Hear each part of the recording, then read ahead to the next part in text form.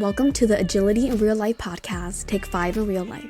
Now your hosts, Mike Studeman, Jeff Lee, and Pat Campbell. All right, well, welcome back to Take 5 IRL, Take 5 in Real Life. I'm Mike Studeman, one of the partners at Agility IRL, and I'm happy to be joined here today by Ben Floyd. Ben, do you want to go ahead and introduce yourself? Hi, Mike.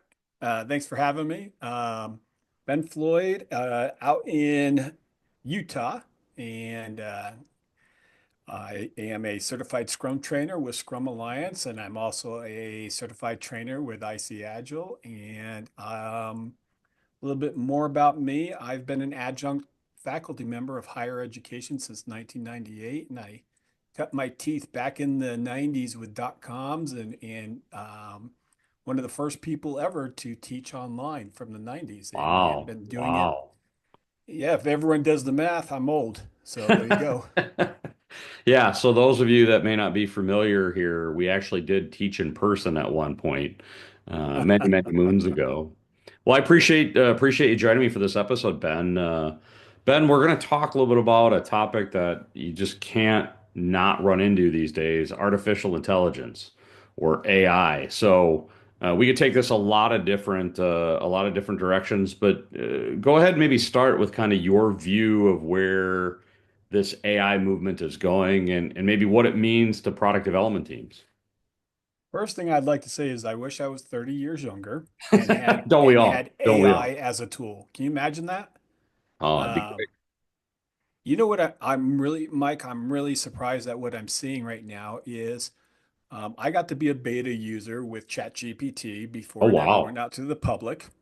And I've gotten a few certifications in it, and so I'm kind of on this end of the spectrum where I'm all in on AI. I know it inside and out. I do not want to be a Python uh, developer to train my own AI. However, from my own kids to people in my neighborhood to people in my local area, I'm surprised at how many people are at the other end of the spectrum Really? and with AI, and they're like, I just use it like an advanced Google search, and I'm like, okay, Wow. don't So you know what it give could do for you?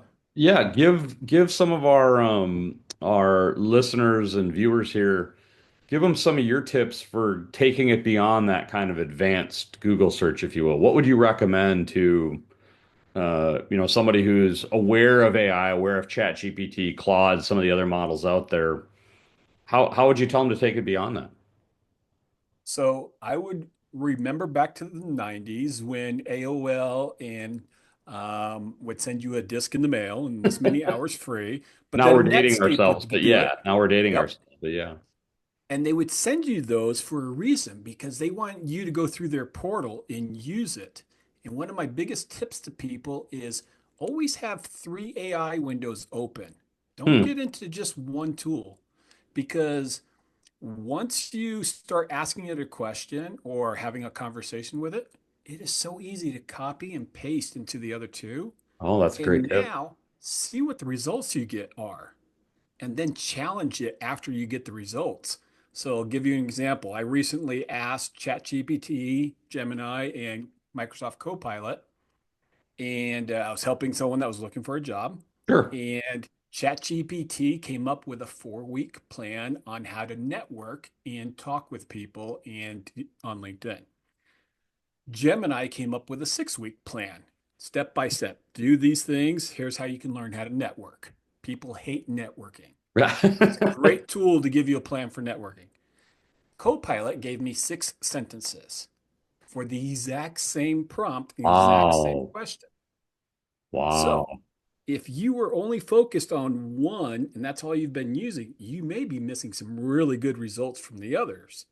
And so my tip to most viewers out there would be to always have those three windows up, and it's so easy to copy and paste just to check what kind of answers you get back.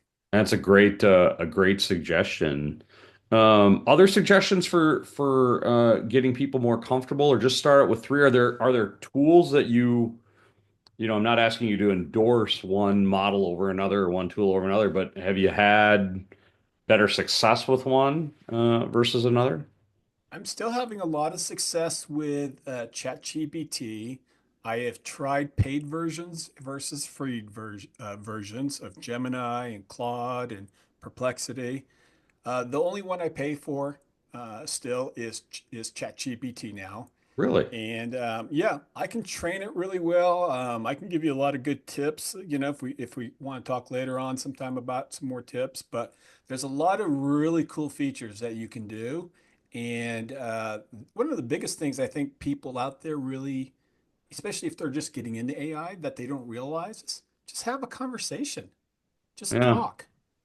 If you just talk, it's not Google search. If you just talk and have a conversation, it will learn from interacting with you. It will learn your voice, your tone, your attitude, your view on things. So just have a conversation. Say, I'm looking to network. I'm looking to get better on LinkedIn. I'm looking to meet people. sure. Here's what I've tried.